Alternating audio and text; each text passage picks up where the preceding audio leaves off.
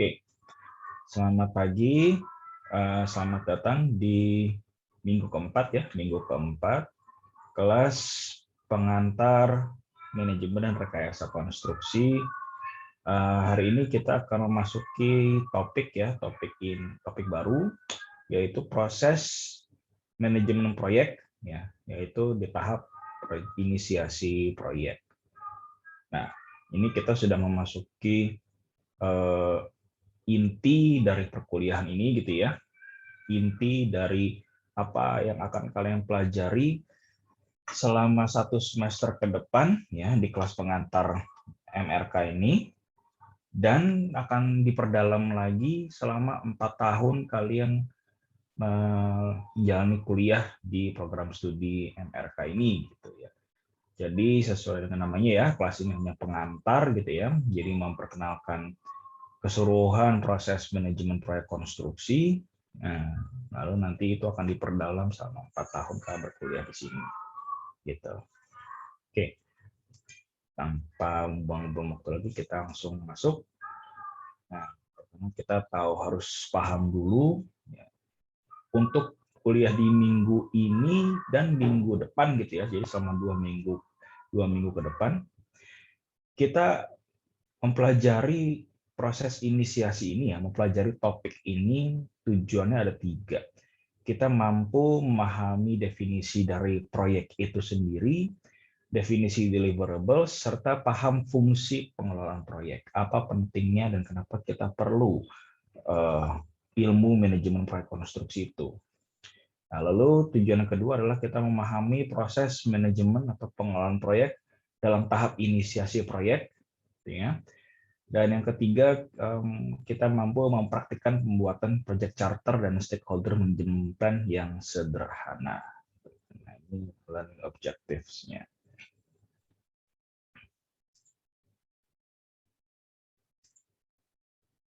Nah, kita masuk ke tujuan pertama adalah kita pahami dulu apa itu definisi dari proyek dan siklus hidupnya, gitu ya.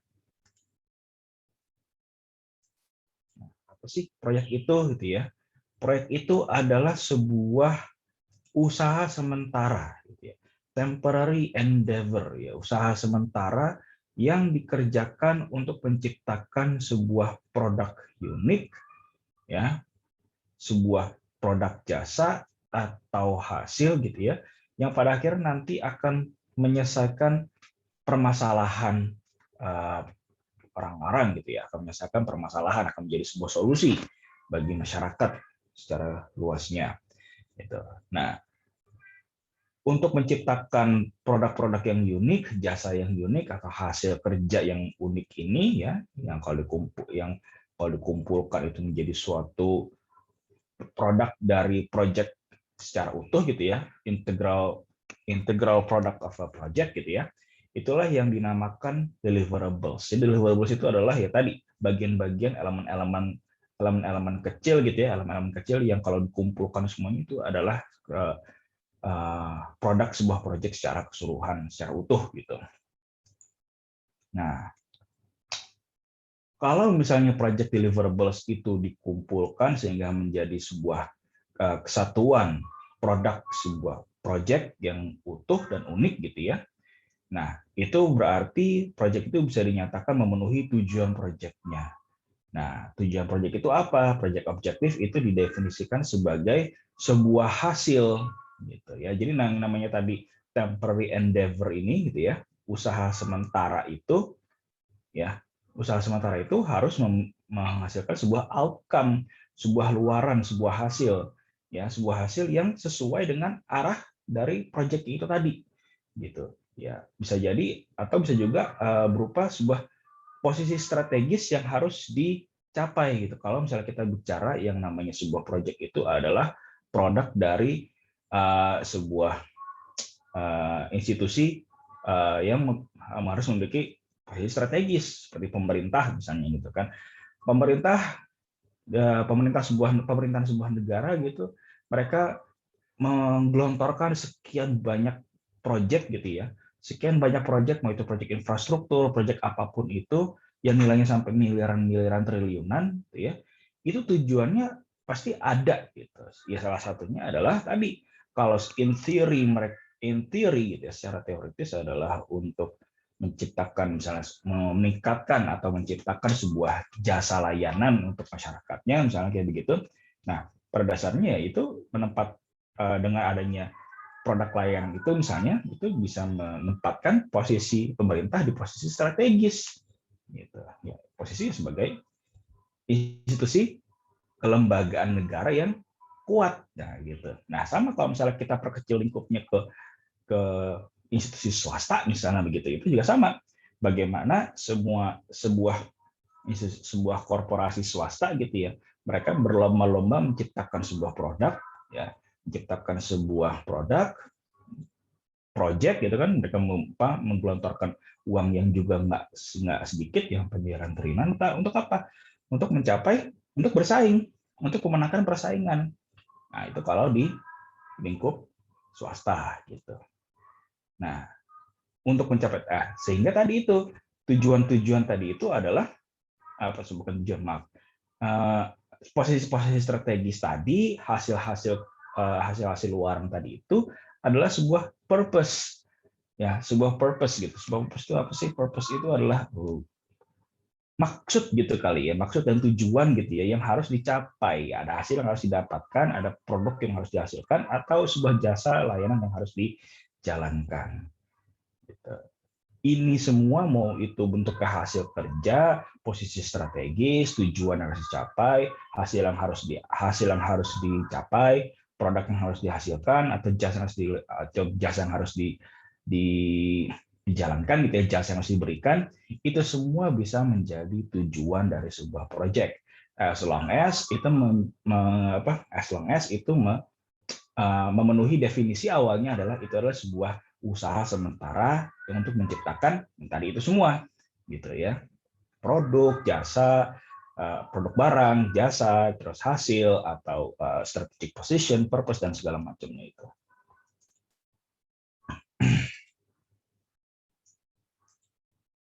Maka dari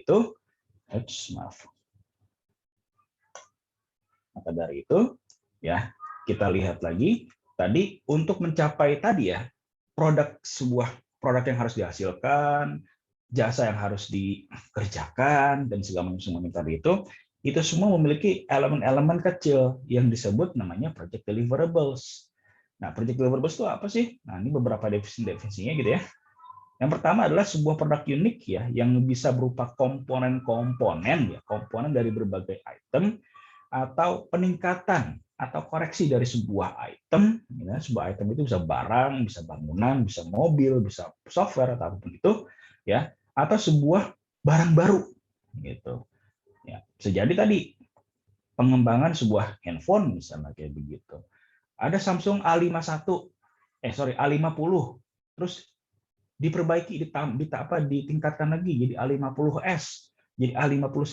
Nah, itu kan untuk mencapai dari A50 ke A50s ke A51 itu ada enhancement, ada peningkatan, ada koreksi dari sebuah barang, sebuah produk, project. Gitu. Untuk mencapai itu semua, ya lagi-lagi ada project. Gitu. Nah, di bangunan pun juga sama gitu, di sebuah building construction pun juga ada gitu. Nah, makanya ada proyek bangunan gitu, misalnya ada yang namanya proyek revitalisasi, proyek renovasi. Gitu. Ya, kalau misalnya untuk menciptakan sebuah produk konstruksi yang benar-benar baru, ya berarti dari lahan kosong nggak ada apa-apa gitu kan, menjadi sebuah misalnya kawasan terpadu atau sebuah istilahnya apa, mixed use area gitu kan, seperti itu. Atau yang deliverables yang kedua adalah tadi sebuah jasa yang terdiri dari beberapa aktivitas-aktivitas kecil gitu ya untuk menciptakan sebuah jasa utuh. Contohnya misalnya project design gitu. Nah, nanti sebagai construction engineer nanti ya salah satunya jasanya tadi itu mengerjakan sebuah proyek konstruksi gitu atau menciptakan sebuah rencana manajemen pengelolaan atau manajemen konstruksi kalau bekerja di konsultan MK misalnya, konsultan manajemen konstruksi itu ada gitu. Jadi tidak mengerjakan, cuma mereka berfungsi sebagai perencana dan pengawas gitu bisa juga. Ya. Lalu ada sebuah hasil yang unik gitu, itu yang definisi ketiga gitu ya. Bisa jadi sebuah dokumen. Tadi itu ya, sebuah dokumen ini biasanya dipakai biasanya berupa kalau misalnya proyek-proyek penelitian gitu, atau proyek-proyek yang mengkaji kelayakan sebuah proyek infrastruktur besar misalnya kayak begitu. Atau proyek merancang bangunan untuk arsitek gitu misalnya. Ya, proyek untuk merancang struktur sebuah bangunan, Pak, konsultan struktur itu biasanya. Each of their design gitu ya, semua hasil dari desain itu kalau misalnya kita lihat produk mereka gitu secara utuh, itu bisa dipecah-pecah lagi gitu. Kayak misalnya tadi desain struktur, ya kan? Ada beberapa ratus halaman kertas A3 misalnya kayak gitu, kertas segede-gede A3 gitu, selebar-lebar A3, isinya gambar semua. Nah, itu apakah gambar sama? Enggak, itu beda-beda. Ada gambar struktur fondasi, ada gambar struktur pile cap, struktur basement, struktur kolom, balok, plat, detail tulangan dan segala macam. Nah, itu semua adalah elemen-elemen kecil dari deliverables unique result tadi itu. Oke, nah atau bisa jadi yang namanya deliverables itu adalah kombinasi dari kesemuanya tadi itu, gitu. Nah, ini beberapa contoh-contoh dari project gitu ya, yang bisa dikatakan sebuah project. Itu adalah yang pertama, ini pengembangan software ya, atau zaman sekarang itu apps di istilahnya gitu ya, termasuk video game juga gitu. Nah, lalu ada juga oil and gas gitu ya, pertambangan minyak dan gas bumi, termasuk juga pertambangan mineral gitu kan, mineral biji besi, nikel dan segala macam. Itu pun juga ada proyeknya di situ ya, ada proyek yang bisa berlangsung lama.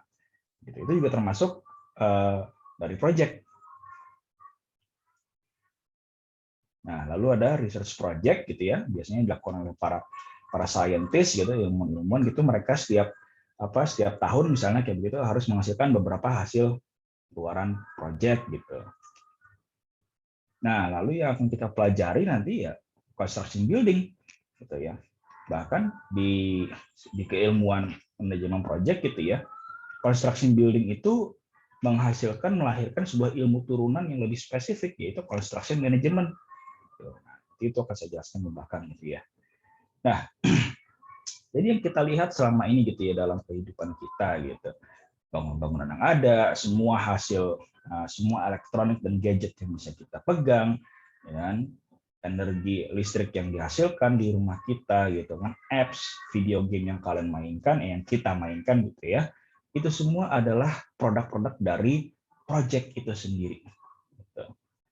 Ya. Nah, lalu bagaimana dengan PR? Kalau homework gimana Pak? Itu bisa nggak dibilang sebagai project? Ya, secara definisi gimana? Kita lihat dulu. Ada nggak usahanya dilakukan proyek ini untuk satu item PR, gitu ya, satu item tugas sementara nggak? Iya sementara.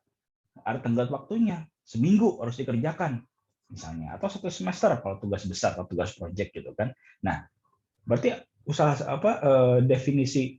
secara definisi ada satu poin terpenuhi gitu ya. Ini usaha sementara loh. Kalau misalnya PR dikerjakan lama-lama ditunda-tunda gitu sampai baru mau lulus baru dikerjain gitu, nah itu udah nggak wajar itu ya. Cuma kalau homework dikerjakan dimulai tepat waktu, dihasilkan tepat waktu, nah itu barulah dikatakan sebuah successful homework project gitu. Nah, kenapa kita memerlukan manajemen project gitu ya? Nah, jadi sebuah proses manajemen project yang efektif itu bisa membantu organisasi gitu, sebuah organisasi untuk apa? Tadi memenuhi tujuan-tujuan bisnis ya, tujuan-tujuan bisnis dari organisasinya. Gitu ya. Karena istilahnya begini, sebuah organisasi gitu ya, capek-capek menginisiasi, merencanakan hingga mengeksekusi sampai akhirnya menyelesaikan proyek itu, ya pasti ada tujuan bisnisnya dong, ada tujuan finansialnya. Itu kita tidak bisa menutup mata gitu ya dari hal itu. It's a fact, it's a reality gitu. Ya apalagi swasta gitu ya, institusi swasta, sektor swasta itu pasti ada tujuan bisnisnya gitu. Bahkan di proyek-proyek pemerintah pun gitu ya, yang walaupun pada in theory gitu ya, secara teoritis yang namanya badan pemerintah itu tidak boleh mencari untung gitu katanya. Nah, cuma pada dasarnya yang namanya untung, yang namanya margin ya, yang namanya added benefits itu tetap harus diperlukan gitu, tetap diperlukan. Untuk apa? Untuk menjamin keberlangsungan adanya negara itu gitu loh. Ya adanya organisasi pemerintahan negara itu gitu. Uangnya habis dipakai di pemerintahan sebelumnya, ya udah pemerintahan yang akan datang ya kesulitan nyari uang untuk menjalankan program-program mereka. Nah, gitu. Nah, jadi tetap namanya sebuah project gitu ya. Pasti ada tujuan-tujuan financialnya, ada tujuan-tujuan bisnisnya yang harus dicapai. Gitu. Lalu memuaskan ekspektasi para stakeholder. Stakeholder itu apa sih? Nah, nanti akan kita jelaskan di belakang gitu ya. Meningkatkan peluang kesuksesan, ya jelas gitu ya. Lalu menserah terimakan ya, mendeliver atau menserah terimakan produk yang tepat ya, yang benar, yang tepat pada waktu yang tepat gitu ya. Capek-capek bikin proyek gitu, tapi akhirnya produk yang diserah terimakan, yang diberikan salah atau cacat atau defect, begitu ngaret pula. Nah, itu kita tidak mau terjadi gitu. Nah, itu terjadi karena apa? Karena pasti ketika dalam pelaksanaan proyeknya terdapat problems and issues yang tidak diselesaikan. Project manajemen itu diperlukan tadi untuk menyelesaikan berbagai macam masalah-masalah dan termasuk juga di bawahnya nih merespon resiko-resiko. Resiko itu apa resiko? Resiko itu sebuah masalah yang belum tentu terjadi. Nah, untuk mencegah masalah itu terjadi, nah diperlukanlah sebuah respon resiko yang sesuai gitu. Nah, itu juga diperlukan. Nah, lalu mengoptimalisasi penggunaan sumber daya gitu juga diperlu gitu. Jangan sampai terlalu boros, terlalu lama atau terlalu lebay atau malah terlalu sedikit gitu ya. Itu bagaimana optimalisasinya. Jadi tidak memaksimalkan dan tidak meminimalisir ya. Jadi tidak membesar-besarkan memaksimalkan atau tidak mengecil-ngecilkan sampai seminimal mungkin, tidak. Tapi kata-kata yang dipakai di sini adalah optimize ya, adalah mengoptimalkan. Mengoptimalkan itu apa? Mengambil titik tengah ya di antara titik maksimal dan minimal itu dengan berbagai macam trade-offs ya atau tukar menukar ya. Tukar menukar resource gitu sehingga ketemulah titik tengah yang pas yang bisa mendapatkan semuanya secara maksimal, ya, mendapatkan semua hasil yang diinginkan. Nah, lalu mengidentifikasi, merecover atau menterminasi proyek-proyek yang gagal. Gitu. Nah, ini penting juga di sini. Mana nih kerjaan-kerjaan yang kira-kira harus segera ditangani gitu untuk di recovery gitu. Mungkin karena sumber daya mungkin kurang kompeten atau kurang didanai dan segala macam. Atau mana yang udah kira-kira yang udahlah ini udah nggak bisa diselamatkan lagi, mana yang diterminasi daripada cuma jadi benalu gitu misalnya, itu juga menjadi penting di situ. Nah, lalu salah satu alasan kenapa kita juga perlu project management adalah mengelola constraint. Constraint itu apa? Batasan-batasan gitu. Ya, batasan-batasan atau target scope, lingkup nanti akan kita pelajari di belakang. Quality, schedule, cost, and resources ini nanti akan kita pelajari semua di belakang ya. Nah, lalu bagaimana kita menyeimbangkan constraint tadi itu? Ya, menyeimbangkan dampak-dampak influence dari constraints ya atau kendala-kendala tadi itu ya. Seperti misalnya contohnya, kalau misalnya scope-nya, lingkup proyeknya, kerjaan proyeknya ditambah gitu. Ini pasti akan meningkatkan biaya, akan menaikkan biaya atau malah memperpanjang jadwal pengerjaannya, durasi pengerjaannya gitu. Istilahnya kerjaan ditambah, cuman biaya dan waktunya nggak dipanjangin.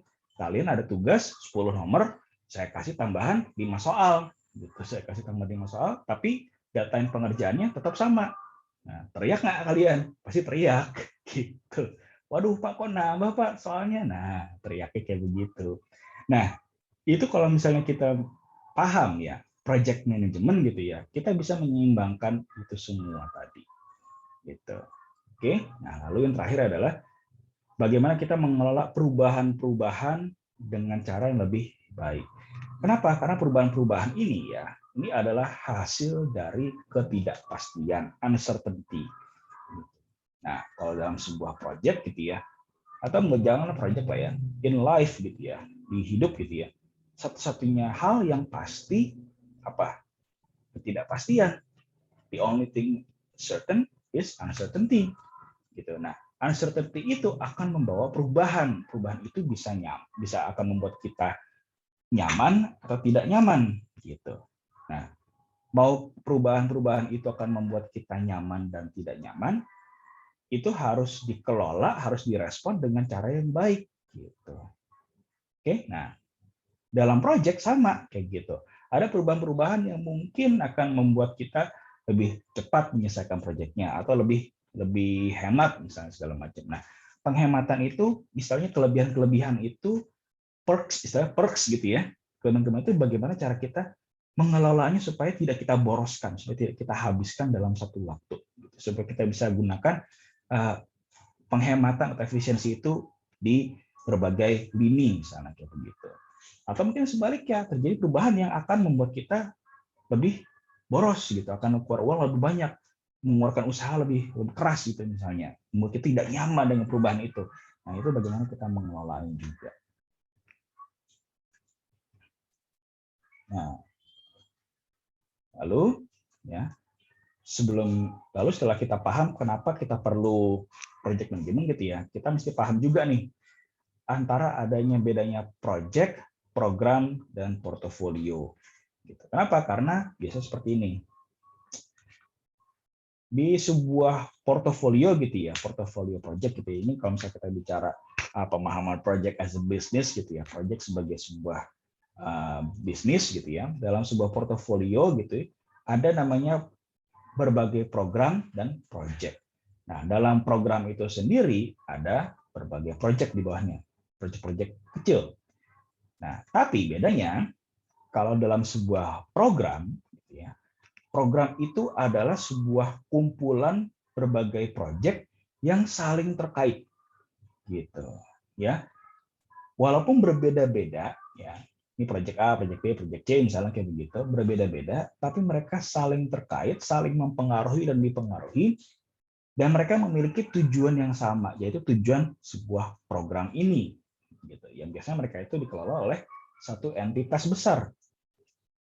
Nah, contohnya ini ya, programnya adalah Asian Games 2018 misalnya kayak begitu.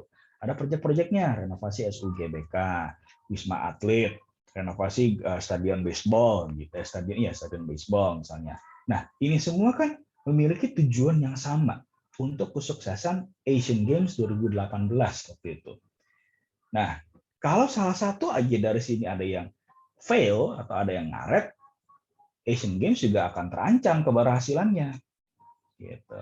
Ya walaupun secara sifat gitu beda-beda gitu. Ini renovasi stadion utamanya, ini renovasi stadion baseball yang lebih kecil, ini pembangunan Wisma Atlet misalnya kayak begitu. Itu kan jelas secara sifat, secara karakteristik proyeknya beda-beda. Tapi mereka saling terkait dan saling mempengaruhi. Dan mereka bertiga ini nih yang di sini contohnya memiliki tujuan yang sama untuk mensukseskan sebuah program yang lebih besar yaitu Asian Games 2018. Ataupun juga bisa periodik gitu ya, project yang periodik juga gitu. Ya untuk facility construction and maintenance misalnya. Infrastruktur construction project misalnya juga bisa seperti itu. Maintenance pun juga bisa dikatakan sebuah project gitu. Selain program, ada portofolio. Bedanya apa? Portofolio itu adalah kumpulan dari proyek, termasuk program juga, gitu ya. Makanya sih ada program gitu. Tidak harus terkait atau saling tergantung gitu ya. Nah, biasanya kalau portofolio itu sifatnya tadi ya tidak saling terkait, tapi lebih menunjukkan keragaman, gitu ya, keragaman atau diversifikasi dari sebuah sebuah usaha, gitu, sebuah bisnis, gitu. Contohnya apa misalnya? Properti misalnya. Kita lihat contoh developer properti, gitu kan. Mereka punya portofolio, iya, jelas mereka punya portofolio, gitu kan. Ada project misalnya Bukit Podomoro, nah itu kan yang baru launching tuh di Klender. Lalu ada sebelumnya ada Podomoro City, nah, tempat kampus kita, gitu kan, kampus Podomoro University, gitu kan, dan Central Park dan segala macamnya. Nah, lalu selain portofolio ada juga program. Nah, program tadi itu sama nih, kumpulan dari proyek-proyek yang saling terkait tadi itu. Saya juga termasuk satu ada program juga, gitu. Nah, kalau misalnya nih salah satu di proyek ini misalnya ada yang nggak jalan, kan? Apakah akan mempengaruhi proyek yang lainnya? Bisa jadi, bisa enggak, gitu. Cuman hubungan ketergantungannya lebih lemah lah, gitu. Tidak begitu mempengaruhi, gitu. Ada, cuman tidak sekuat kalau itu di dalam sebuah satu program. Nah, lalu biasanya di bawah project ada namanya sub-project, gitu. Atau kalau istilahnya itu, istilah lapangan adalah subkontrak, gitu ya. Nah, sub-project atau subkontrak itu adalah sebuah project-project segmen, ya, segmen bagian dari sebuah project besar, gitu ya, yang biasanya dibagi berdasarkan spesialisasinya, gitu. Bisa berdasarkan spesialisasi, responsibility tanggung jawab, fase, area atau kriteria-kriteria lain. Misalnya tadi project Podomoro City, ya, gitu. Ada project APL Tower dikerjakan, itu kan area agak ke depan dikit ya, APL Tower dikerjakan oleh kontraktor PTA. Ada Central Park oleh kontraktor B. Terus ada Mediterranean Garden Tower A. Nah, itu oleh kontraktor lain lagi misalnya. Nah, di bawah kontraktor, misalnya di bawah kontraktor APL itu ya, di bawah kontraktor yang mengerjakan APL Tower gitu, ada subkonnya lagi, subkontrak atau subproject fondasi, subproject struktur atas, subproject arsitektur, subproject mechanical engineering dan plumbing, nah, dan seterusnya. Nah, itu dibagi-bagi lagi di situ. Kalau ada pertanyaan, silakan langsung potong aja ya, langsung bertanya, atau bertanya lewat kolom chat juga nggak apa-apa.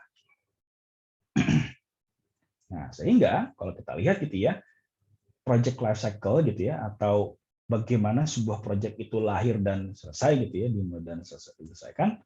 Nah, pertama ya jelas dari memulai projectnya itu, ya lalu setelah kita memulai, nah kita mulailah mengorganisir dan mempersiapkan organisasi kita. Gitu. Nah, jadi namanya permulaan sebuah proyek itu tidak dimulai dari kita langsung organizing dan persiapan, tidak. Tapi ada namanya sebuah titik permulaan ini. Nah, ini akan kita pelajari nih.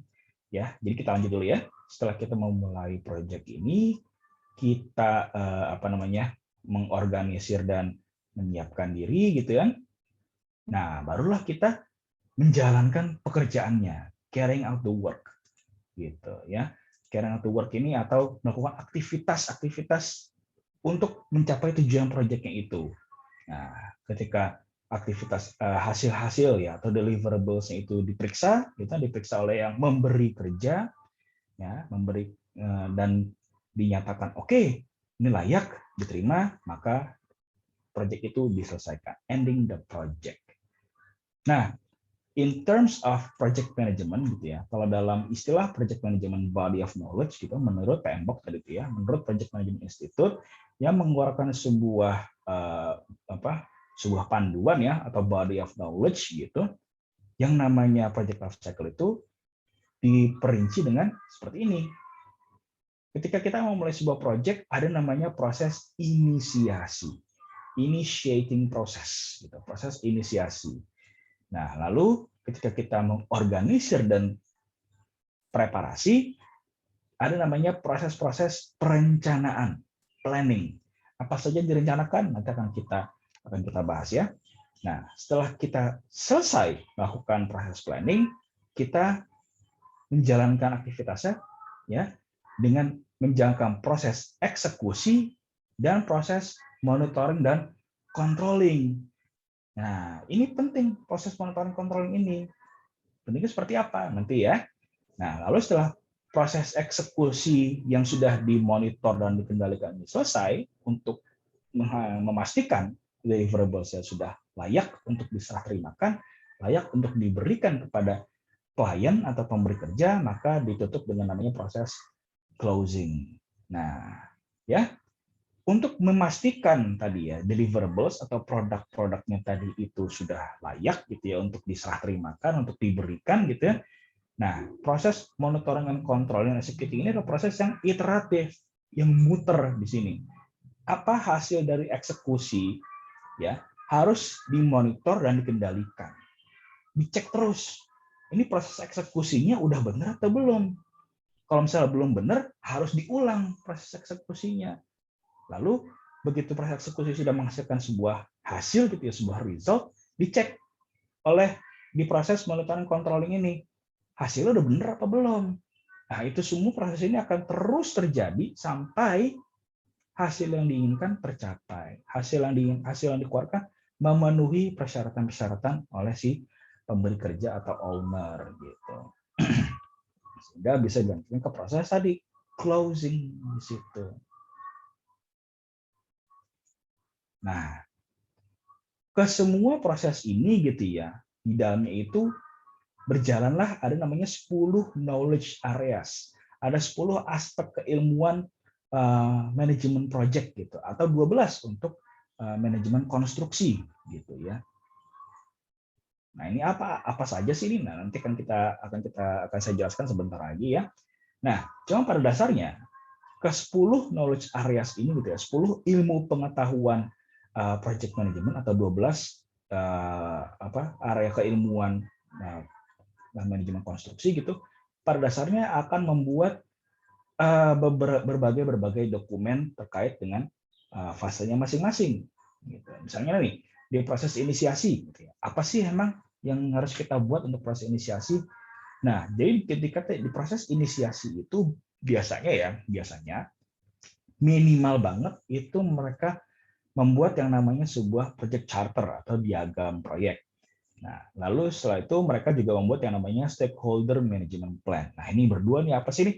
Nah, ini akan kita bahas, mudah-mudahan bisa kita bahas tuntas sampai minggu depan ya. Gitu. Ini agak panjang, jadi sampai minggu depan gitu. Nah, minggu ini ya di hari ini dan minggu depan akan kita bahas proses inisiasi ini. Gitu. Bagaimana kita menyusun sebuah project charter, bagaimana kita menyusun stakeholder management plan, nah lalu bagaimana kita menginisiasi sebuah proyek itu. Nah, setelah proses inisiasi masuk ke proses planning. Nah, ini dokumen lebih banyak lagi nih ya. Ada kita bikin WBS. Apa sih WBS itu? Work Breakdown Structure. Ya, penjabaran sebuah aktivitas gitu kan. Nah, bagaimana nanti kita membuatnya? Itu nanti ya, proses planning ini nanti akan kita bahas di 3 minggu lagi, 3 sampai 4 minggu lagi gitu ya.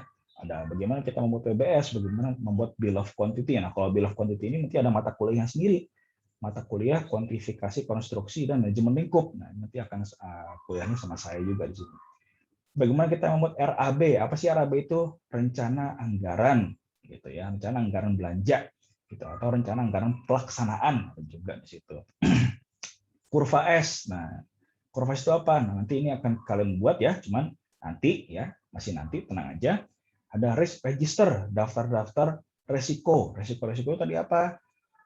Masalah-masalah yang belum tentu terjadi tapi bisa terjadi gitu. Nah, ini bagaimana kita menyusun tadi itu, kita istilahnya menerawang ke depan. Ini kalau misalnya saya membuat project market ini, kira-kira masalah apa nih yang bisa terjadi nih? Itu kendala apa yang bisa saya hadapi nanti? Dan kalau misalnya masalah itu terjadi, kira-kira ini masih ada kata-kata kira-kira gitu ya. Kira-kira saya kerugiannya kayak apa nih? Apa yang dampaknya apa nanti terhadap proyek saya? Apakah proyek saya nanti bisa terhenti, saya jadi tidak bisa mengumpulkan market ini di akhir semester, atau hanya mengalami keterlambatan sehingga saya harus kebut di beberapa minggu ke depan. Nah, itu ya, itu semua ada di risk register itu. Nah, lalu ada quality plan. Quality plan itu apa? Rencana mutu. Kalian maunya project market itu kelihatannya kayak gimana?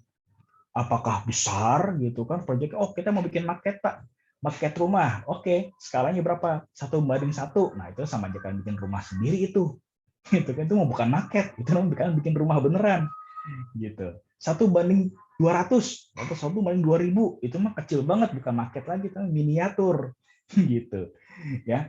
Nah, seberapa besar proyek maket itu, akan terbuat dari apa, bagaimana kan mempolesnya sampai kelihatan itu bagus gitu. Apakah maket kalian nanti harus bisa menahan beban tertentu kah gitu kan, seperti yang saya tunjukkan di WA group gitu kan, bangunan struktur maket menara terbuat dari apa namanya, batang-batang spaghetti kering tuh ya, pasta kering yang kecil-kecil kurus-kurus itu, tapi bisa menahan beban sampai 3 kilo. Nah, itu kan apakah kalian mau buat seperti itu? Nah, itu ada semua di dalam quality plan. Nah, lalu yang terakhir ada resource plan. Sumber daya apa saja yang kalian perlukan? Dibuat listnya, daftarnya tuh. Gitu. Butuh lem tembak, butuh lem sagu misalnya. Pakai lem tembak apa lem sagu? Lem sagu cukup lah, ya udah lem tembak nggak usah mahal misalnya. Oh, saya butuhnya lem tembak, kenapa harus kuat? Gitu, karena harus nahan beban. Ya udah pakai lem tembak, jangan pakai lem sagu gitu. Saya mau pakai material dari styrofoam. Oh, nggak boleh. Oh, jangan pakai styrofoam. Lemes. Pakai triplek. Nah, itu semua ada dalam resource plan-nya itu. Resource plan nanti akan mempengaruhi ke rencana anggaran biaya. Gitu, ke RAB-nya, rencana anggaran biaya. Jadi, ini semua nanti ini akan saling mempengaruhi dan dipengaruhi. Termasuk semua dokumen-dokumen nanti ke depannya nih, ya, yang ada di inisiasi, ada di planning, executing, ini semua akan saling mempengaruhi dan dipengaruhi. Nah, udah mulai kebayangkan pusingnya kayak gimana? Tenang, justru disinilah belajarnya. Kalau kalian pusing, nah berarti kalian sudah belajar di situ, sedang belajar, gitu ya. Oke, lanjut. Nah, dari planning proses ke proses eksekusi. Di mana eksekusi itu kita membuat daftar deliverables, daftar elemen-elemennya. Gitu. Elemen-elemen, oke. Saya buat market ini. Ada elemen substruktur, elemen superstructure, dan elemen arsitektur.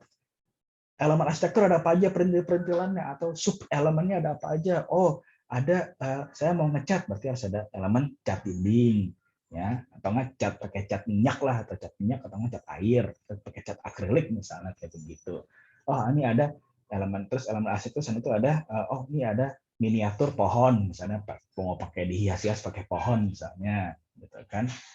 Terus elemen superstructure, oke, berarti ada elemen balok, kolom, plat. Balok kolom apa? Kolom baloknya pakai apa? Pakai stick es krim atau pakai apa tuh? Pakai tusuk sate misalnya, atau pakai pensil apa? Pakai pensil yang nggak kepake misalnya, pakai limbah pensil dan segala macam. Semua ada di situ. Nah, lalu misalnya kan, nah terus kalian nanti di proses eksekusi itu kalian ngetes. Kalian ngetes itu misalnya, kayak tadi, ini bener nggak sih saya dimensinya, ukurannya saya mau bikin tadi rencananya ya di planning itu kalian bikin rencana apa marketnya ini tingginya misalnya 2 meter, misalnya 2 meter kan gede banget ya, 2 meter lah misalnya. Ini bener nggak sih tingginya 2 meter? Cek. Wah, ternyata tingginya 3 meter. Wah, kok malah tinggi banget nih? Nah, itu kalian terima atau enggak tuh? Itu kalau diterima, ada konsekuensinya. Kalau ditolak, ada konsekuensinya. Konsekuensinya siapa yang memberikan? Kalian sendiri.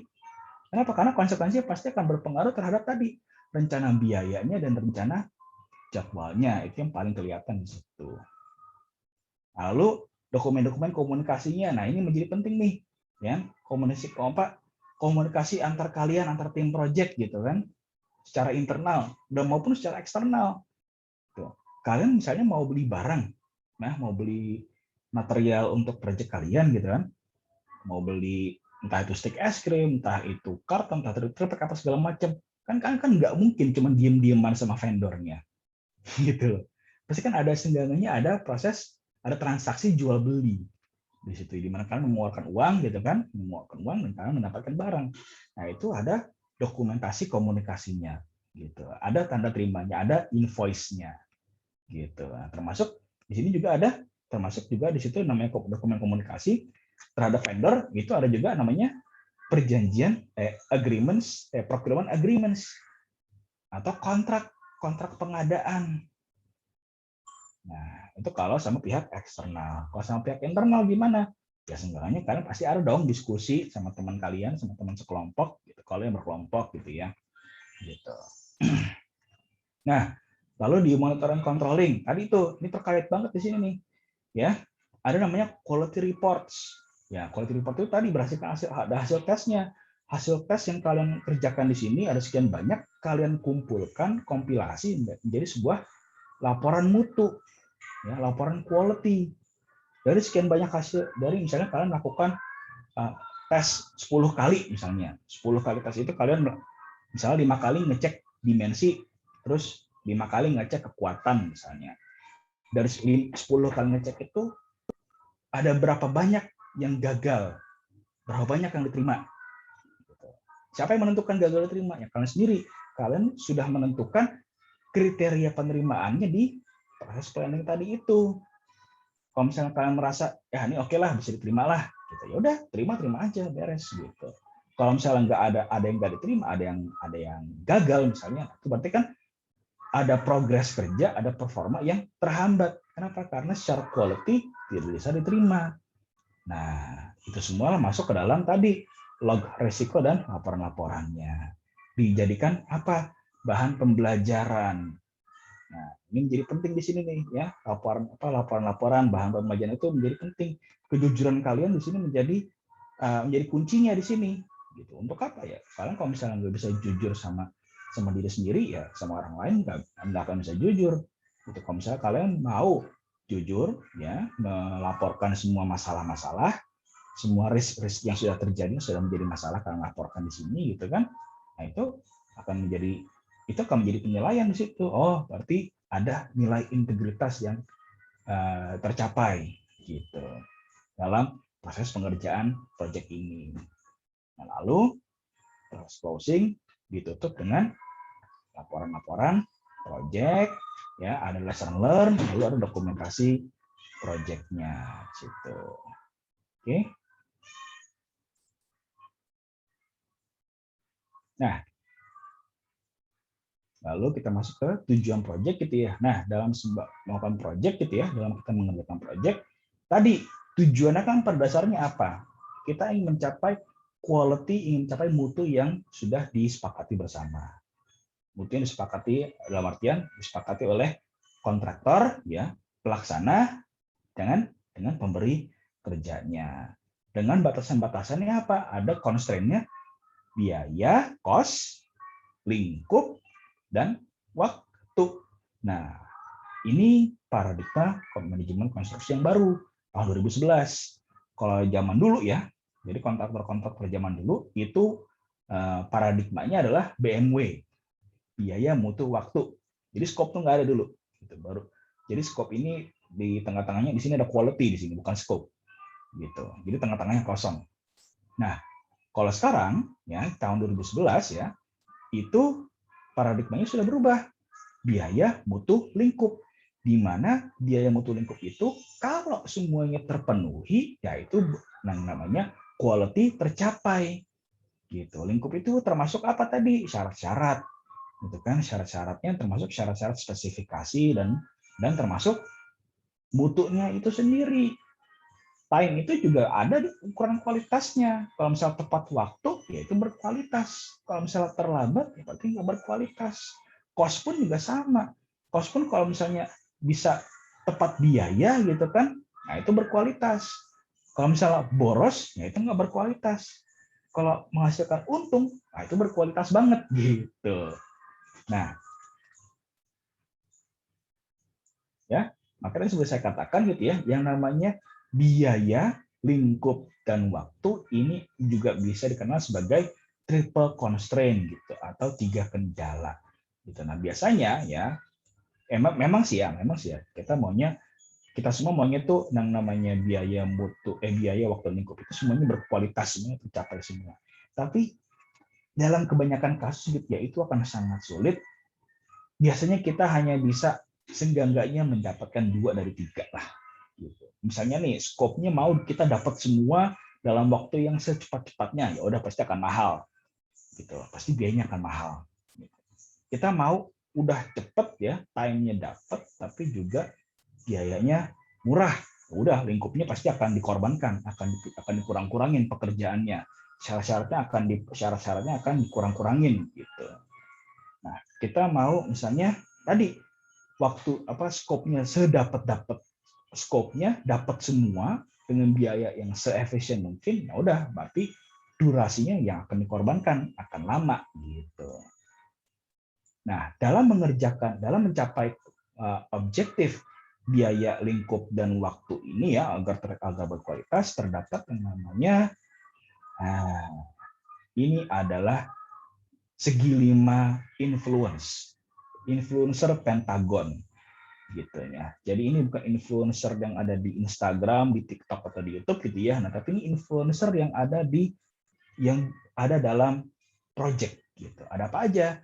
Ada resources, communication, risk, procurement, stakeholder. Nah, ini adalah 5 hal yang akan mempengaruhi bagaimana kita mengelola project ini gitu. Untuk tadi bukan berkelit ya, istilahnya bagaimana kita mengendalikan, menghandle constraint ini supaya berkualitas semuanya.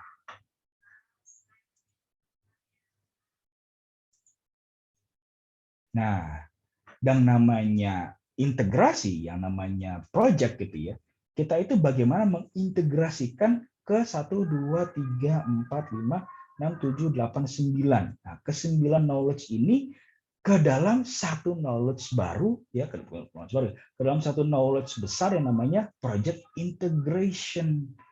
Gitu.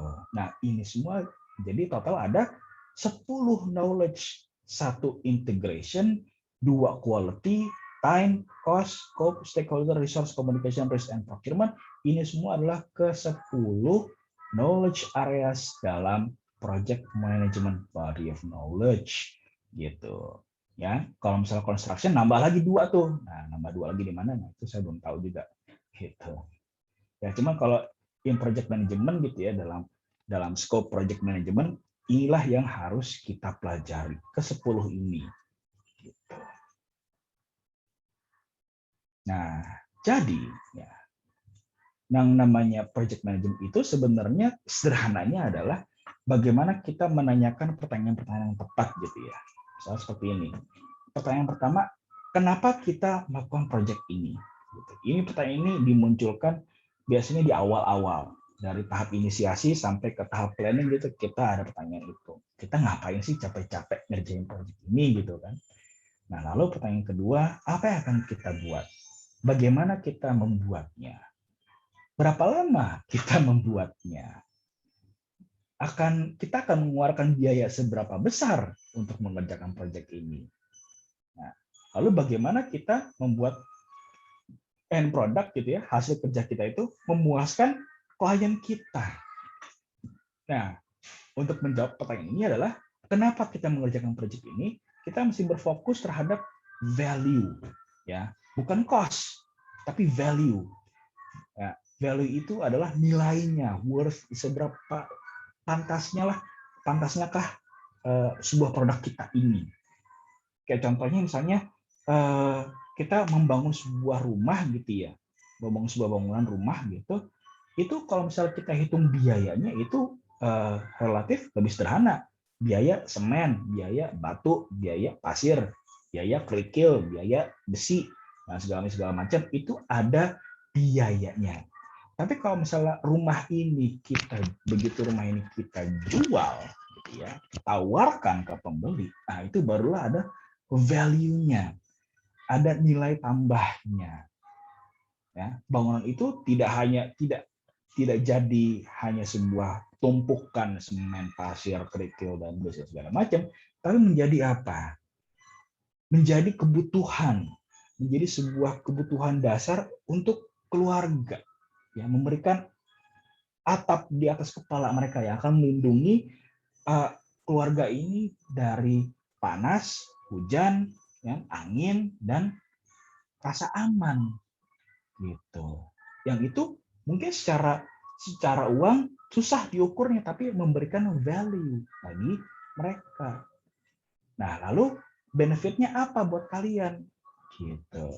Ya, ini semua akan didapatkan dalam project scope management. Disinilah akan digali ya, akan dijawab dengan menggunakan project scope management. Apa yang akan kita buat? Nah, tentukanlah lingkup dari project itu. Mau seberapa besar kalian membuatnya? Ini sudah saya dari minggu-minggu lalu sudah saya sampaikan ke kalian gitu ya.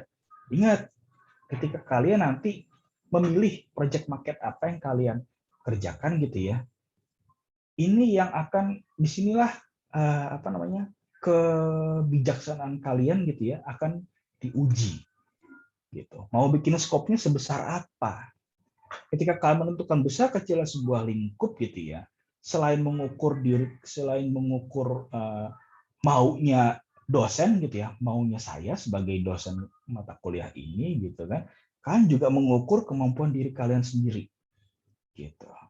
Nah, inilah istimewanya tugas project market ini. Kenapa? Karena di sini kalian yang menentukan seberapa besar kecil nanti di sininya nih, gitu. Ya, ada diskusi antar saya dengan kalian, gitu. Pak, kalau misalnya proyeknya segede ini gimana? Kalau sekecil ini gimana? Nah, kalian kan sudah jelaskan ke saya di tugas minggu lalu, tugas yang terakhir. Kalian sudah menjelaskan, oh saya mau buat market ini. Kira-kira gambarannya akan seperti ini. Oke, gitu. Nah, apa yang mau kalian buat tadi itu, nah lingkupnya itu ya, batasannya seperti apa, itu kan jelaskan dalam project scope management. Bagaimana kita akan membuatnya? Nah, ditentukanlah. Nah, untuk membuat tadi project market itu, kalian jabarkan bagaimana membuatnya. Itu kan sudah akan jelaskan juga tuh. Nah, untuk setiap aktivitas tadi itu ditentukan berapa lama pengerjaannya. Nah, apa yang kalian kerjakan, apa yang kalian sudah tulis minggu lalu itu, itulah yang namanya work breakdown structure. Ya, mungkin belum begitu kelihatan kayak WBS yang sesungguhnya gitu ya. That's okay. Itu kan karena belum pernah saya ajarkan bagaimana membreakdown sebuah pekerjaan yang efektif itu seperti apa. That's okay. Itu kan kita pelajari minggu depan gitu. Nah, disitulah perannya project scope management dan project time management. Berapa lama itu akan dikerjakannya? Nah, disinilah project time management berperan. Akan seberapa besar biayanya? Nah, penentuan budget ini ada di project cost management. Bagaimana tadi supaya end product kita itu memuaskan klien? Kalau project market kalian siapa kliennya? Ya, saya kan kliennya gitu loh. Saya kliennya, saya yang minta gitu ya. Ada namanya project quality management. Nah, lalu pertanyaan berikutnya, masih banyak nih pertanyaannya nih.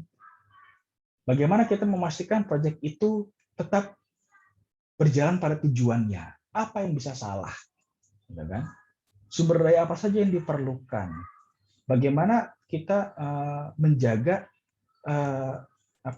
pihak-pihak yang tertarik ini tetap terlibat ya dan tetap fokus terhadap tujuan proyek kita.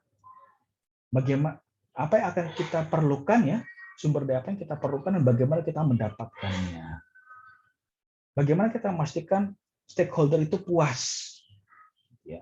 Dan lalu bagaimana yang terakhir adalah bagaimana kita mengelola ini semua menjadi satu proses yang terintegrasi utuh.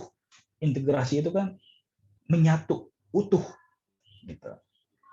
Nah, untuk pertanyaan pertama, bagaimana kita memastikan proyek itu tetap pada tujuannya? Ya, kita berfokus terhadap tadi uncertainties, ketidakpastian. Di sinilah manajemen risiko proyek berperan. Apa saja yang kita perlukan? Berfokus terhadap resource sumber daya, ada namanya manajemen resource proyek. Bagaimana kita menjaga komunikasi supaya para pihak-pihak yang terlibat itu tetap terlibat gitu. Ya, bagaimana kita menjaga supaya hubungan antara teman satu tim gitu ya, teman satu kelompok ini tetap baik, nggak ada berantem gitu, nggak ada berantem, supaya apa? Supaya kita tetap kompak kerjain proyek ini, atau bagaimana kita menjaga hubungan kita dengan para vendor gitu supaya mereka mau berjual beli dengan kita gitu, ya. Nah, ini berfokus terhadap komunikasi di antara stakeholder. Ada namanya project communication and stakeholder management. Apa yang akan kita perlukan? Bagaimana cara mendapatkannya? Ada namanya manajemen pengadaan, gitu. Ya. Terus bagaimana kita memastikan para stakeholder puas? Fokusnya terhadap stakeholder management plan di situ. Lalu yang terakhir adalah kita bagaimana mengolah menjadi satu proses integrasi, ada namanya ilmu project integration management. Nah, inilah yang namanya knowledge areas PMBOK yang ada 9, ini 9 plus 1 integration management gitu. Ya. Ini proses-proses grupnya ada di inisiasi, planning, executing, monitoring, controlling, lalu closing di sini. Nah, ya dalam dalam keseluruhan proses project management ini gitu ya, kadang di beberapa fase gitu ya, di beberapa proses grup seperti inisiasi, eksekusi dan closing itu tidak semua knowledge areas berperan gitu ya. Proses grup yang ada semua knowledge areas gitu ya yang berperan gitu ya, jelas ada di planning. Monitoring controlling tidak semuanya gitu ya, kecuali ya kalau di CMBOK gitu ya, CMBOK itu apa sih? Construction Management Body of Knowledge gitu. Nah, jadi bedanya antara CMBOK dan PMBOK itu ada beberapa hal yang berbeda. Nah, kalau PMBOK itu biasanya untuk proyek-proyek umum gitu ya. Untuk konstruksi bisa nggak Pak? Bisa gitu. Cuman kurang spesifik kayak HSE, HSE itu K3 gitu ya. K3L ya, keselamatan dan K3L ini tidak ada di PMBOK, adanya di CMBOK gitu kan. Lalu ada financial management ini juga adanya di CMBOK, tidak ada di PMBOK gitu ya. Nah, di CMBOK gitu ya, semua knowledge itu berperan di proses monitoring controlling gitu. Tapi menurut PMBOK enggak. Di PMBOK yang menurut Project Management Body of Knowledge, resource itu tidak ada di monitoring controlling gitu. Ya, jadi proses kalau misalnya di CMBOK itu memang lebih banyak yang berperan di sini gitu ya. Nah, selama 2 minggu ke depan, di hari ini dan minggu depan gitu ya, kita akan mempelajari di proses inisiasinya dulu gitu ya, proses inisiasi. Belajar bagaimana kita mengintegrasikan gitu ya di inisiasi ini, lalu bagaimana kita mengelola para stakeholder.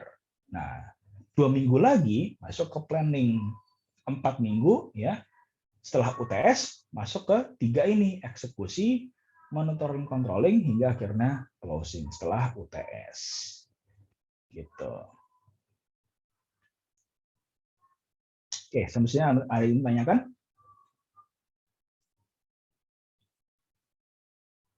Belum ada, kita langsung lanjut dulu masuklah kita ke project initiation-nya.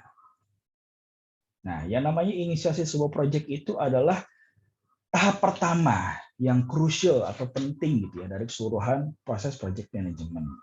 Nah, di tahap ini yang namanya perencanaan yang mendetail gitu ya sampai perhitungan ke rencana anggaran biayanya, RAP, scheduling itu belum ada gitu. Ya, belum ada planning sampai sedetail itu. Baru sampai di perencanaan secara garis besar saja. Nah, jadi paling kayak misalnya nih, kalau misalnya ditanya, berarti butuh biaya berapa? Semuanya angkanya masih kira-kira. Ya, biasanya paling seginilah Pak, segitulah Bu. Gitu. Kalau misalnya project market kalian akan tanya-tanya pasti tanya-tanya ke kakak-kakak senior angkatan 2020. Kak, dulu kakak ngerjain project ini berapa lama? Biayanya berapa? Nah, itu akan memberikan tadi gambaran kasar aja. Hanya memberikan gambaran awal, kira-kira akan butuh biaya segini, akan mengerjakan dalam waktu segitu. Masalah-masalah yang bisa terjadi adalah secara garis besar adalah A, B, C, D dan seterusnya. Gitu. Nah, proses inisiasi itu tadi bisa dipakai untuk menilai apakah sebuah proyek itu kesempatan yang baik atau tidak. Harusnya kita ambil sepadan nggak dengan usaha dan kerja kerasnya, gitu loh istilahnya. Ya, ada hitung-hitungan analisis kelayakan, feasibility studies. Nah, nanti itu akan kita pelajari minggu depan. Gitu. Nah, di inisiasi ini pun juga biasanya disebut dengan namanya fase konseptualisasi gitu. Jadi ada istilahnya ada yang inisiasi proyek atau konseptualisasi gitu. Beda-beda istilahnya, cuman pada dasarnya di tahap inisiasi atau di konseptualisasi ini adalah semuanya itu planningnya masih secara kasar, garis besar. Cuman untuk menentukan apakah layak berjibaku gitu ya, apakah sebuah organisasi itu sanggup berjibaku sampai beberapa tahun ke depan untuk menghasilkan untuk mengerjakan proyek ini dan mendapatkan untung gitu. Singkat kata, ini sebenarnya adalah go or no go, ya atau enggak, lampu merah apa lampu hijau, kita ambil nggak kesempatan ini atau enggak gitu. Nah di sini ditentukannya. Lalu tadi ada namanya feasibility studies dan analisis SWOT, strength, weakness, opportunity, threat. Yang ini akan kita bahas minggu depan secara lebih detail.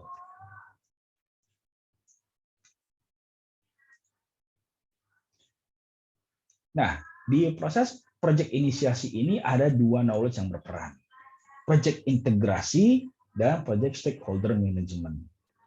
Nah, di mana di integration management ini menghasilkan sebuah dokumen yang namanya piagam proyek atau project charter, dan di project stakeholder management ini akan menghasilkan dua dokumen, yaitu stakeholder register dan stakeholder engagement plan.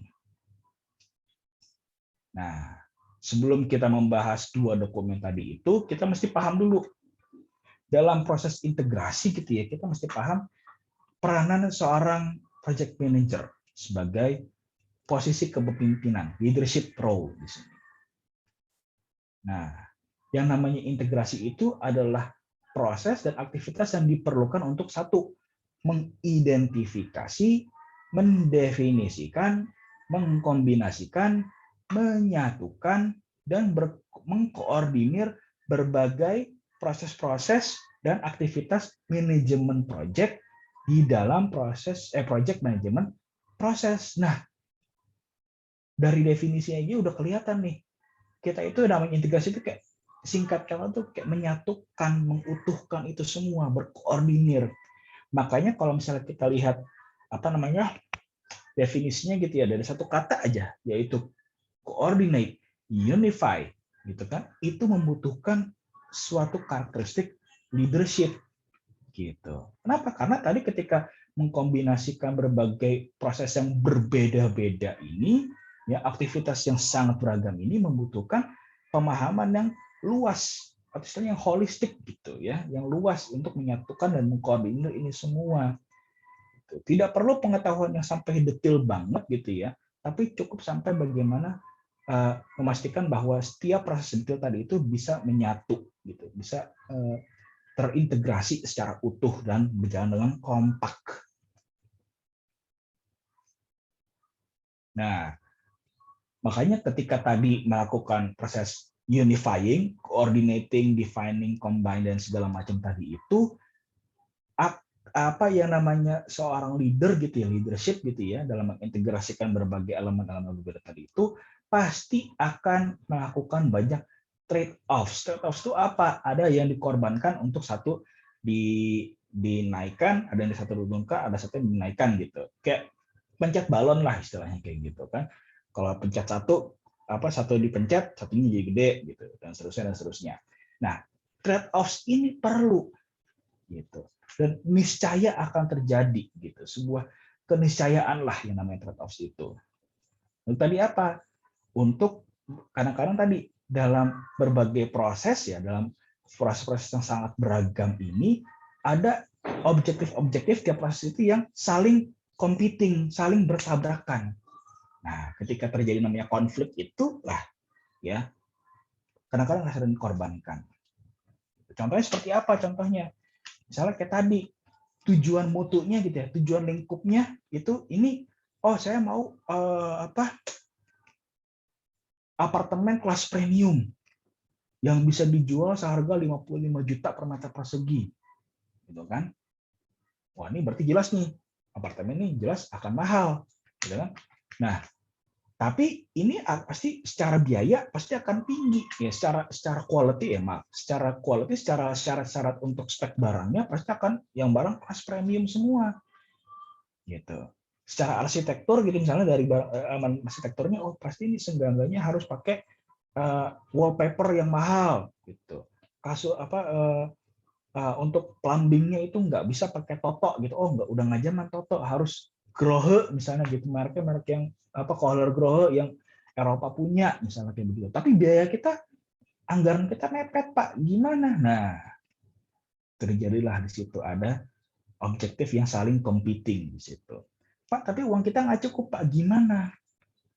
Ada trade offs. Oh yaudahlah kalau gitu nggak usah mahal-mahal deh, cukup pakai yang setara gitu, istilahnya kayak begitu ya. Ya udahlah, marknya nggak usah yang ini, cuma seenggaknya mirip yang KW satunya lah atau KW 2-nya lah gitu. Yang penting kelihatannya agak mahal aja gitu. Tapi sebenarnya mungkin bukan merek itu gitu kan. Bukan Toto tapi Tata misalnya gitu kan saja kayak begitu. Bukannya American Standard tapi Indonesian Standard misalnya kayak begitu kan ya. Bisa jadi seperti itu. Nah, itu yang namanya trade offs di situ. Nah, jadi namanya integrasi itu adalah pada dasarnya secara utamanya adalah peran dari project manager. Ya, karena yang tadi itu project manager sebagai seorang leader, sosok pemimpin adalah satu-satunya posisi yang bertanggung jawab untuk melihat secara gambaran besar, big picture-nya, gitu loh ya. Tidak melihat secara perintil-perintil gitu kan, tapi dia melihat secara gambaran besarnya. Dan bagaimana tadi perintilan tadi itu dikerjakan oleh timnya, oleh anggota timnya, oleh middle management level, dan lalu bagaimana dia menyatukan middle management itu menjadi sebuah organisasi, sebuah proyek yang kohesif, yang nyatu. Gitu. Nah, berarti peranan seorang PM itu apa sih sebenarnya? Nah, yang pertama, dia itu ya, yang pertama menurut saya paling penting adalah memilih orang yang tepat untuk pekerjaan yang tepat. Ya, punya kemampuan untuk select and develop an operational team, gitu, membentuk sebuah tim yang solid. Ya, ada orang-orang yang punya kemampuan spesifik untuk pekerjaan yang spesifik. Dia tidak akan membentuk anggota timnya karena gue suka sama dia orangnya asik, dia orang enak. Itu penting, at some cases penting. Cuman yang lebih penting, itu penting kenapa? Penting supaya kita bisa memastikan orang ini bisa dipercaya. Nah, tapi kalau misalnya kita bisa percaya dia, tapi kenyataan dia nggak bisa berbuat apa-apa, kepercayaan akan rusak. Kepercayaan istilahnya yang sudah jauh lebih berharga daripada sekedar yang itu sangat berharga gitu ya. Pertemanan, hubungan baik dan segala macam itu rusak gitu. Karena tadi kita salah pilih. Ya, lebih baik dibangun yang tadi yang misalnya tidak ada kepercayaan gitu atau kepercayaan masih sedikit gitu, dibangun pelan-pelan. Karena apa? Karena kompetensi gitu. Ya.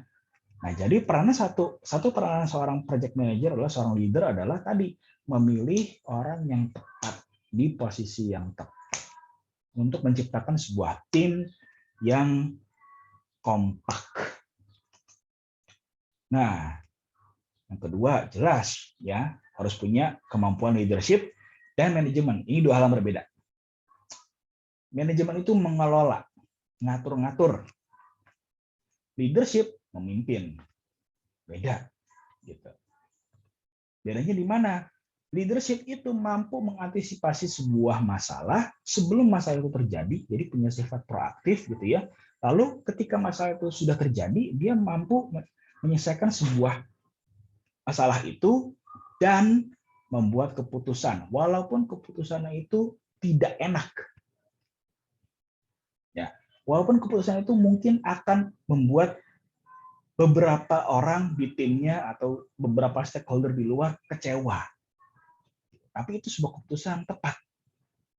Nah, bagaimana kita tahu keputusan itu tepat? Dia bisa satu menganalisis ke belakang, menganalisis akar permasalahannya, gitu.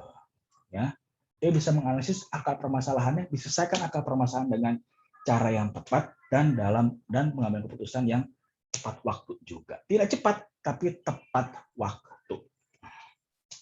Lalu nomor keempat adalah mengintegrasi semua stakeholder project. Tadi menjaga hubungan, menyatukan bagaimana stakeholder ini yang terdiri dari berbagai organisasi dan orang-orang berbeda ini yang punya ketertarikan, punya interest dan power yang berbeda-beda gitu kan. Itu gimana cara kita satukan. Nah, lalu peran yang kelima, dia punya fleksibilitas dalam beroperasi. Ya, leadership itu emang harus kuat gitu istilahnya. Harus punya visi yang kuat, harus punya misi yang kuat gitu. Istilahnya harus punya karakteristik yang kuat. Tapi bukan artinya dia kaku. Gitu. Dia harus punya fleksibilitas. Nah, yang fleksibilitas inilah penting ketika tadi menghadapi para stakeholder, menghadapi anggota timnya yang terdiri dari orang-orang dan karakteristik dan karakter yang berbeda-beda. Gitu. Dia harus bisa fleksibel. Fleksibel bukan artiannya jilat menjilat itu, tidak. Tapi fleksibel. Dia mau mendengarkan dulu. Ketika mendengarkan, ketika dia harus mengambil keputusan yang mungkin akan mengecewakan orang-orang yang dia dengar, dia akan membicarakannya dulu. Gitu. Kalau kekecewaan yang akan dihadapi oleh stakeholdernya dia, salah satu stakeholder itu adalah suatu keharusan, adalah suatu yang harus dihadapi bersama, bukan hanya dia, tapi yang bersama. Gitu. Nah, lalu punya kemampuan untuk merencanakan, ya, bagaimana membuat planning ke depan, mempercepat planningnya itu dan menyelesaikan pekerjaan. Nah, ini tadi flexibility ini punya flexibility terkait dengan kemampuan untuk bernegosiasi dan membujuk, persuasi, ya, bernegosiasi dan persuasi. Nah, lalu punya kemampuan untuk memahami environment within the project is being managed. Artinya apa? Environment ini, lingkungan ini seperti dua. Yang pertama, dia paham lingkungan secara ekosistem. Dia tahu proyeknya ini mungkin kalau apalagi proyek konstruksi gitu ya, ini akan menimbulkan dampak terhadap lingkungan. Dampaknya apakah itu baik atau buruk, yang jelas harus diantisipasi. Kalau dampaknya buruk, harus diminimalisir dampak buruknya itu sekecil-kecil mungkin. Gitu. Nah, lalu makna environment yang kedua ini adalah tadi environment dalam organisasi dia. Jadi sedikit banyak harus agak berpolitik sedikit. Ya, tadi kemampuan untuk bernegosiasi dan mempersuasi bermain di sini untuk tadi menjaga keutuhan para stakeholder-nya itu. Karena kenapa? Satu-satunya hal yang kita tidak mau gitu ya, adanya tadi kekisruhan gitu ya, atau ketidakkompakan dalam anggota tim, dalam tim stakeholder ini gitu ya, yang akan menyebabkan proyek terhambat. Nah, itu environment yang makna keduanya tadi itu. Oke. Berpolitik bukan artiannya jilat menjilat dan berbohong gitu, tidak gitu ya, tidak seperti itu gitu. Tapi tadi yang penting bisa memahami ya, memahami environment ini seperti apa gitu.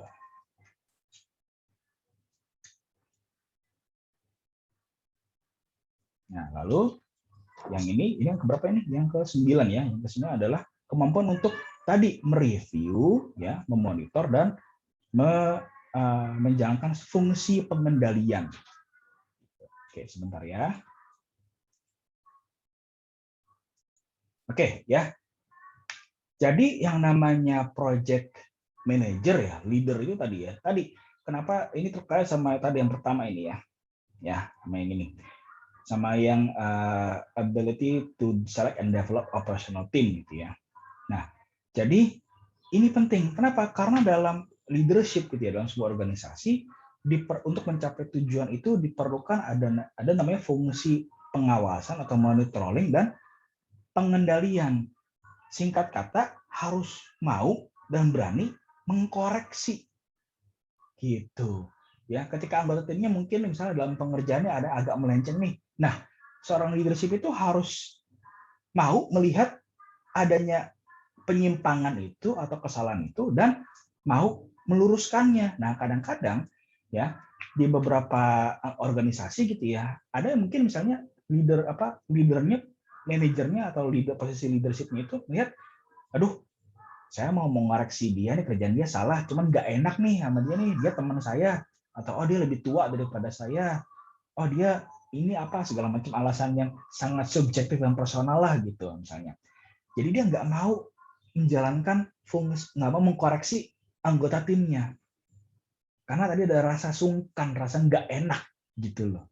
Padahal itu kalau dibiarkan makin melenceng, makin kemana-mana gitu. Nah, leadership itu tadi harus berani dan mau gitu loh. Ya, mau apa istilahnya, mau itu kayak gimana alasannya, mau itu karena nggak enak dan segala macam. You are the leader from the beginning. You are the leader. You are already the leader. Gitu loh. Kita sudah diangkat, ditunjuk menjadi leader di situ. Act like one, gitu loh.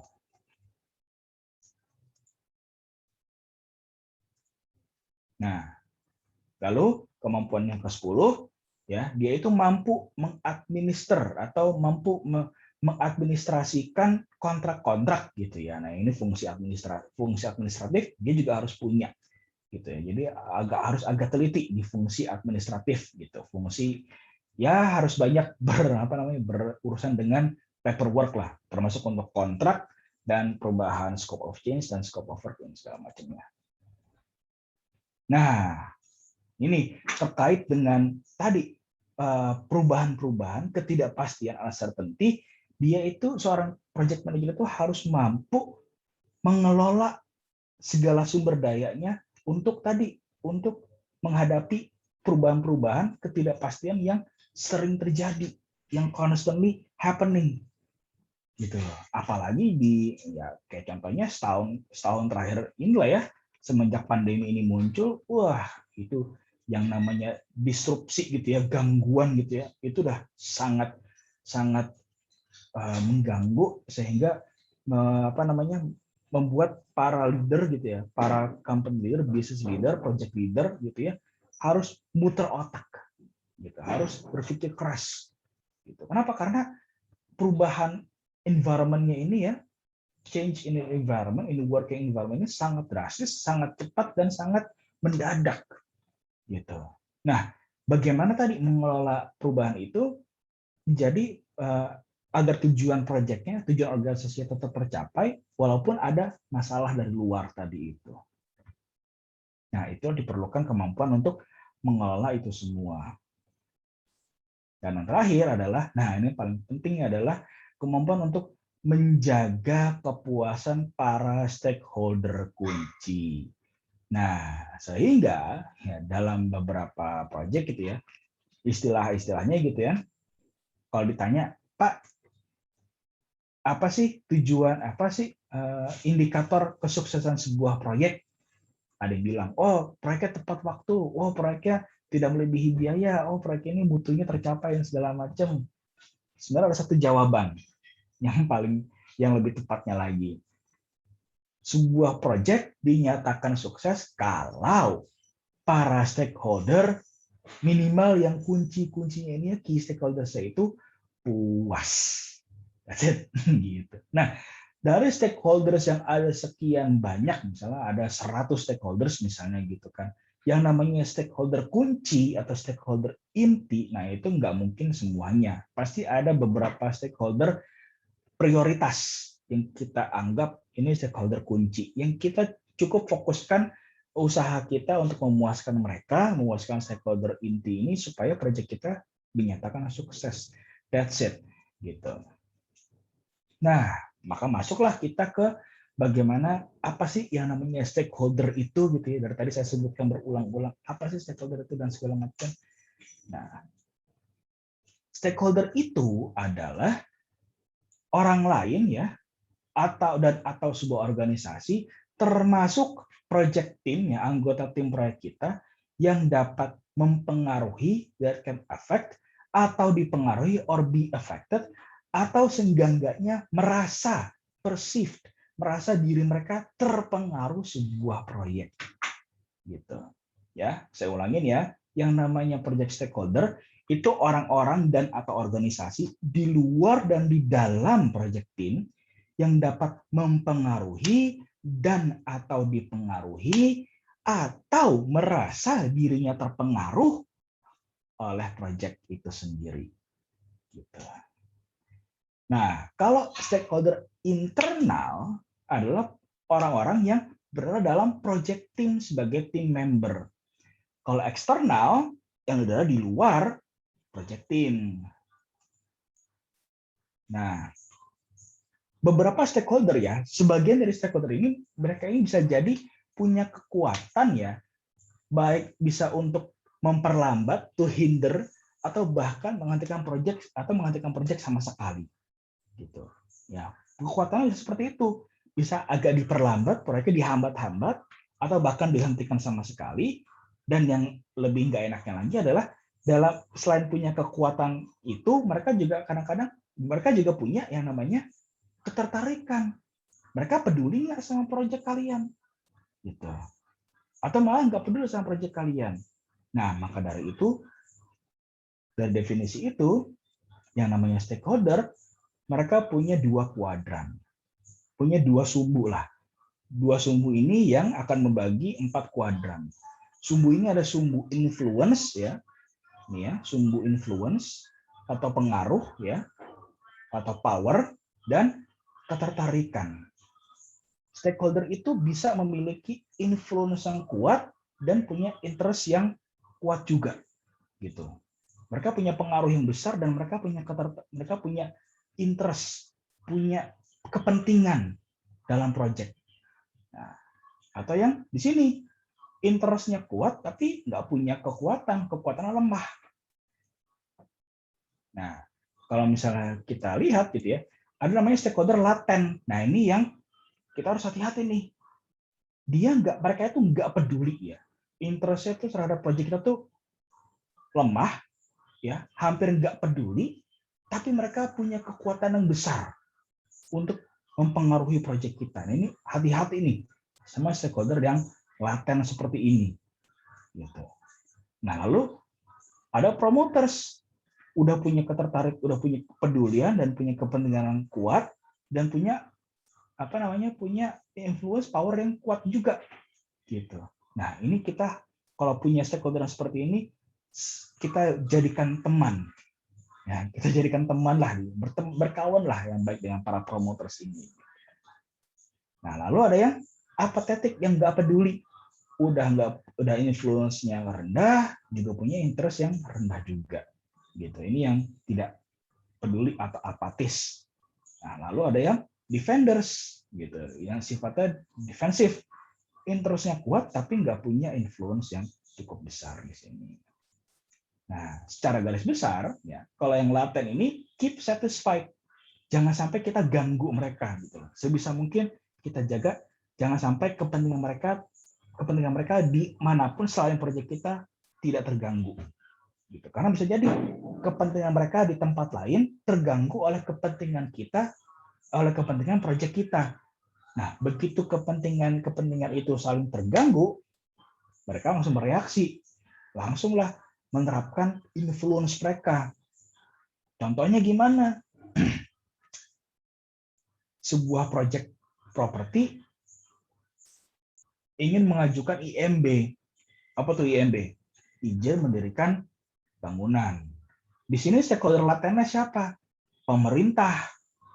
Ya. Kita developer sebagai yang punya proyek. Gitu. Developer mengajukan IMB ke pemerintah. Pemerintah ya lewat PTSP, perizinan terpadu satu pintu gitu ya. Kalau di Jakarta gitu ya, PTSP, perizinan terpadu satu pintu, mendapatkan pengajuan IMB, izin mendirikan bangunan itu dari si developer ini. Nah, apakah pemerintah ya, apakah PTSP itu peduli dengan berhasil atau tidaknya proyek kalian? Mau kebangun oke, ada pajak, ada pemasukan pajak tambahan gitu kan. Mau nggak kebangun, oh ya udah, cari lagi yang kira-kira developer dan bisa ngasih syarat-syarat IMB yang lebih bagus misalnya. Nah, itu yang hati-hati. Bisa jadi tadi pemerintah menghentikan proyek itu karena apa? Karena proyeknya tidak memenuhi persyaratan. Gitu. Segitu kuatnya untuk bisa nggak boleh jalan proyek Anda. Kenapa? Syarat-syarat IMB-nya tidak lengkap atau tidak layak. Udah, Mau apa kita? Mau apa tuh developer? Nggak bisa bangun apa-apa. Gitu. Nah, nanti cara supaya stakeholder laten ini terus mendukung kita atau seenggaknya tidak mengganggu project gitu kan, harus tetap dipuaskan, keep satisfied. Mereka minta syarat apa? Kasih deh syaratnya. Nih, apa namanya? Desain bangunannya, desain arsitekturalnya, desain strukturalnya, desain MEP-nya sesuai dengan peraturan yang berlaku. Nih, apa KDB-nya sekian, KLB-nya sekian, sudah dirancang seperti ini. Nah, ini pel banjir dan segala macamnya. Semua syarat-syarat itu yang penting dipenuhi sesuai dengan kaidah-kaidah peraturan-peraturan yang berlaku di daerah situ. Oke. Nah, kalau promoters ini itu harus di manage closely, diajak terlibat. Nah, ini untuk detailnya seperti apa akan kita bahas minggu depan juga ya. Ini kita akan bahas lebih detail lagi. Bagaimana how to manage closely promoters ini menjadi penting di sini.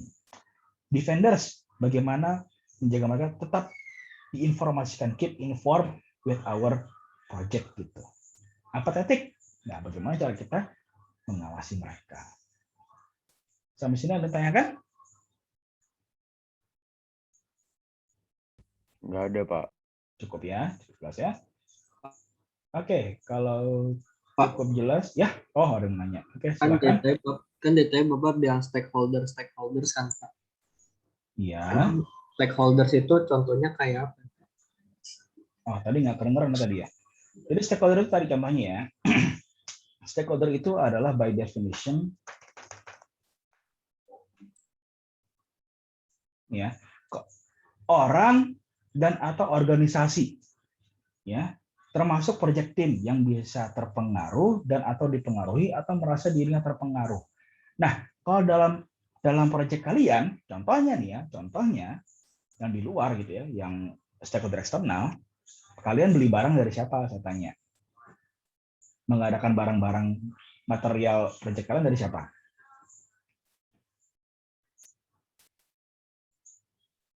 Ya, dari siapa? Oh, saya beli Tokopedia, Pak. Misalnya, saya beli Tokopedia. Saya beli di toko material sebelah. Kalau misalnya itu toko misalnya nih tiba-tiba tutup, ya, entah karena libur, entah karena alasan apa, dia tiba-tiba tutup libur atau apapun itu. Nah, itu kira-kira kalian masih bisa dapat barangnya nggak? Sedangkan dia itu hanya satu-satunya pensuplai barang material yang kalian butuhkan. Nggak bisa, Pak. Nah, nggak bisa. Berarti dia termasuk stakeholder nggak? Iya. Iya. Dan Oh. dia punya pengaruh yang cukup besar di situ. Ya kan? Begitu dia nggak ada, wah kebingungan langsung kalian. Waduh, nyari barang di mana lagi nih? Tapi dia peduli nggak sama project market kalian? Ya enggak. Dia nggak akan terpengaruh apa-apa kalau misalnya nanti project market kalian terlambat ngumpulinnya ke saya gitu. Orang nggak tahu kok kalian kuliah di mana, misalnya seperti itu. Nah, itu salah satu contohnya. Dan sebenarnya ada banyak lagi yang lainnya. Dan itulah yang harus kalian identifikasi. Gitu. Kalian identifikasi, ya kan, lalu kalian kelompokkan ke 4 kuadran yang tadi itu. Ya, soalnya pasti nggak mungkin cuma 1-2. Pasti ada banyak. Gitu. Pasti ada seenggaknya lebih dari 10 tuh ada lah. Gitu.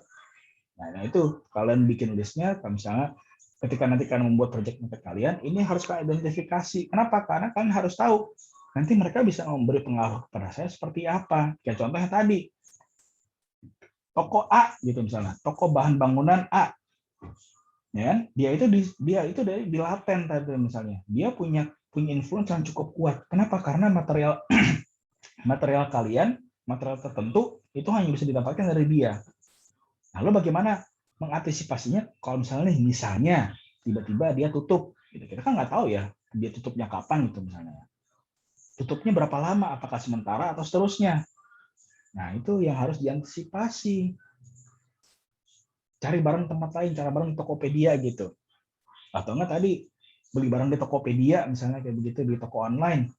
Tapi tiba-tiba tokonya ternyata nggak bisa deliver, tahu-tahu habis, mengecewakan kalian segala macam gitu. Nah, itu seperti itu misalnya bagaimana cara mengantisipasinya. Gitu. Oke? Paham? Sampai sini? Paham, Pak. Paham ya? Orang tua bisa nggak Pak? Ya, bisa jadi, ya kan? Apakah mereka bisa membantu? Ya, keluarga gimana? Bisa membantu. Mereka punya interest yang kuat, oh bisa jadi. Kenapa mereka akan mereka akan sangat mau menolong kalian untuk lulus kelas ini, gitu. Jadi seperti itu. Lalu gimana kalau keluarga atau teman-teman gitu kan? Teman-teman main kalian misalnya kayak gitu. Apakah mereka apatis atau defender? Gitu. Mereka mah nggak peduli Pak, punya kampus sendiri, punya kesibukan sendiri. Oh ya udah, apatis. Mereka juga nggak tapi apakah mereka bisa ngebantu gitu kan atau bisa menghambat? Ya nggak juga sih Pak. Oh berarti kira-kira di antara sini. Masuk kemana kira-kira? Ya bisa jadi apatik, bisa jadi defenders, terserah. Gitu. Oke, ada pertanyaan lain?